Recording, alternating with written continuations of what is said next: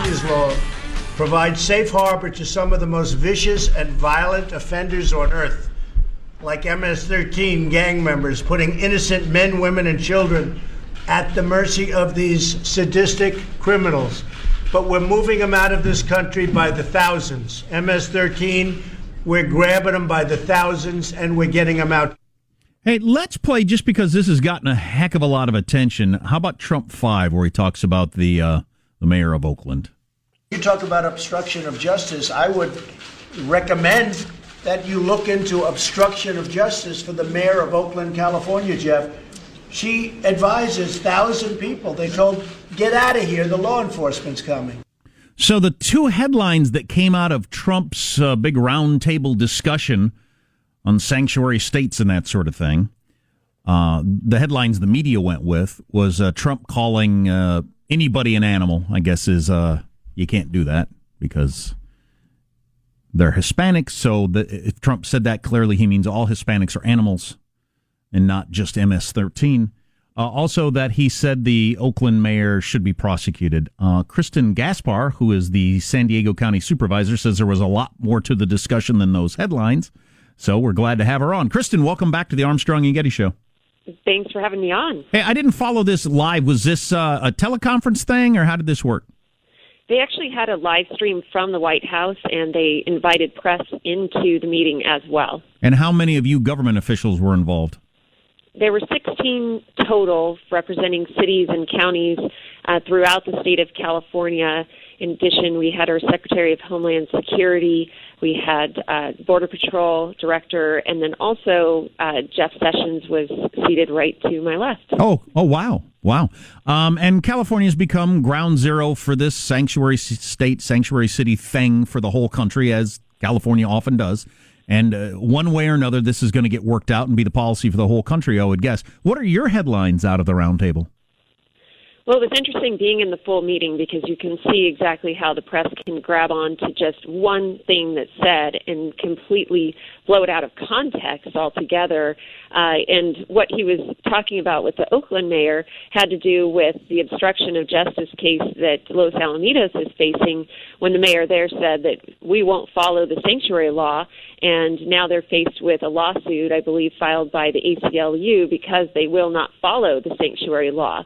So he was just drawing a parallel between the obstruction of justice that was happening in Oakland when that mayor said, hey, well, we won't follow these laws that they didn't like. We'll inform people about deportation orders and such. And so he was just trying to draw a parallel between the two.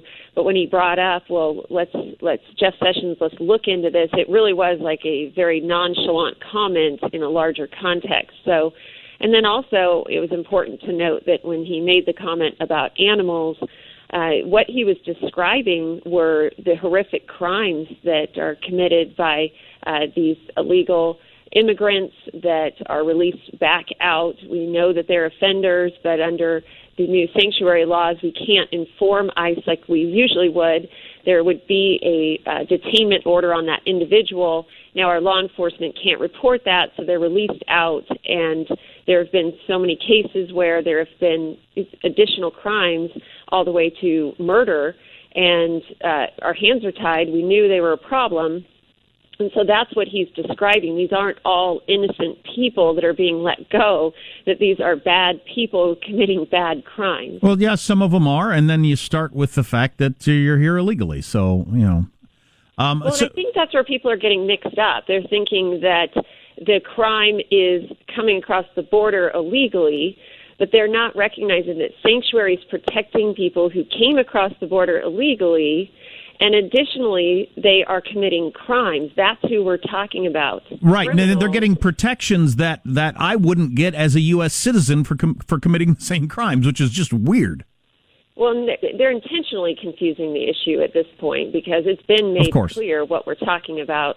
But there's this thought that if we keep trying to tell people that this is a discussion on immigration and that people are just trying to go about their innocent lives and throughout the country, then it makes it sound terrible that anyone would ever want California not to be a sanctuary. Right. Who are the voices sitting around the table that think this whole sanctuary thing is a good idea? Well, there certainly weren't any voices there yesterday. So nobody representing that point of view, which I think is ridiculous, but nobody representing that point of view in the room at the time.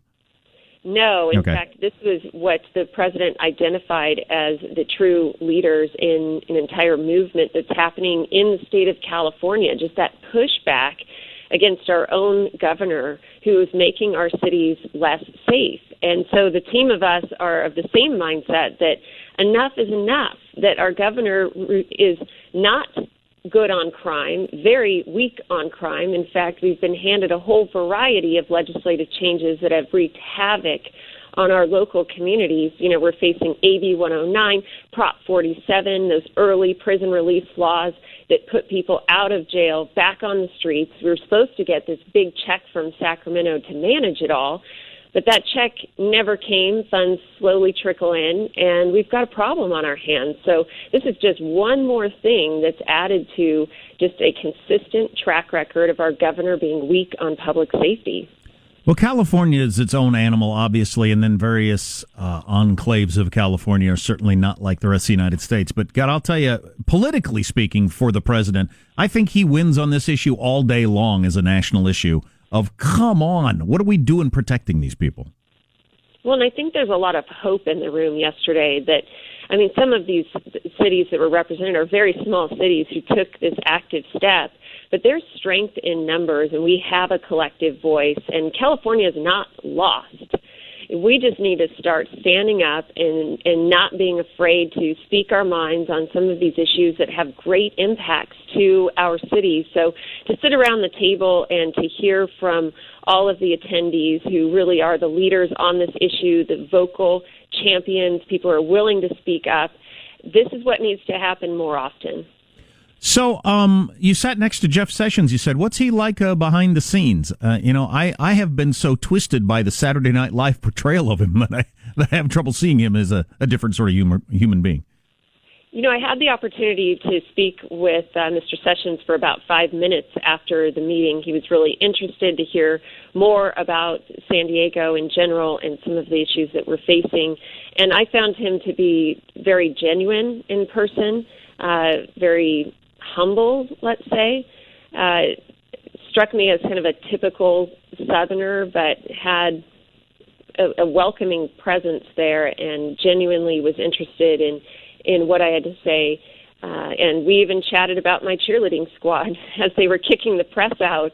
It's if you watch the end of the video, that's quite a scene. How about the president's grasp of the issues? What did you think?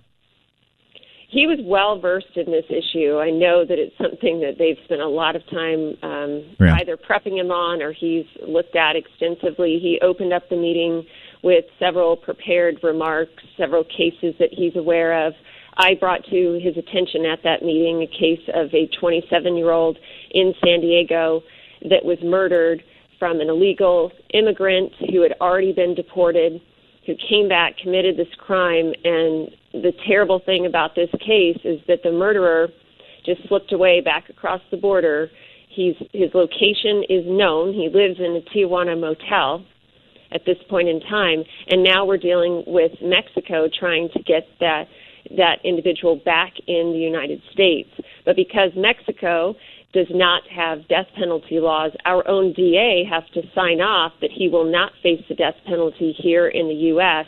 before he's extradited here. This kicks off a multi-year process, so it's really quite sad to see a family in our San Diego community whose lives have just been torn apart.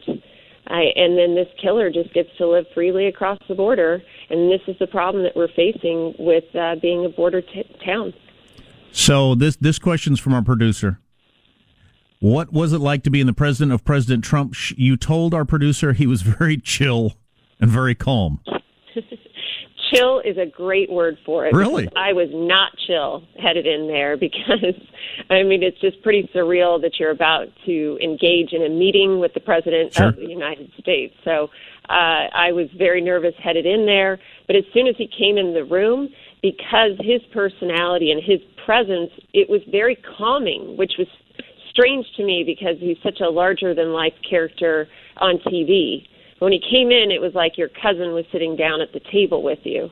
And I think everyone in the room described the same feeling, that it took all those nerves and they were out of the door, and we could just have a real conversation. So you'll hear in the stream that it doesn't appear that people are nervous sitting at that table, but I That's think interesting. it has to do with his kickback personality. You know, just from a dealing with a human being standpoint, imagine his schedule on a given day, where you get up and you check the headlines in which they're all, everybody's out to get you on a number of different fronts. Then you go into these meetings and try to focus on that. And then as soon as he gets off the conference call, I suppose somebody says, here's what Stormy Daniels' lawyer just said on, Good Morning America. And God dang it, that would make your head spin. I guess you get used to it. It was like Jurassic Park. You could just suddenly see the leaves moving outside. I didn't quite know what was happening. That was the helicopter landing to take him swiftly away from that meeting. And the press is tough to manage there. I've got to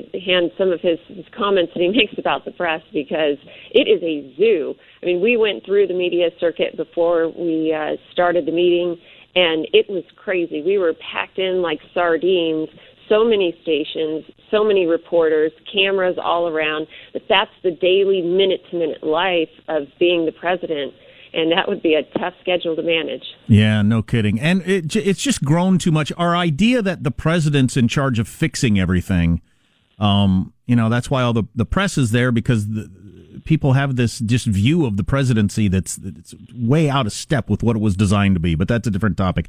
Kristin Gaspar, who is the San Diego County Supervisor for District 3, appreciate you coming on today, and pretty interesting experience for you to get to be there and discuss all that. Thanks a lot. Thank you.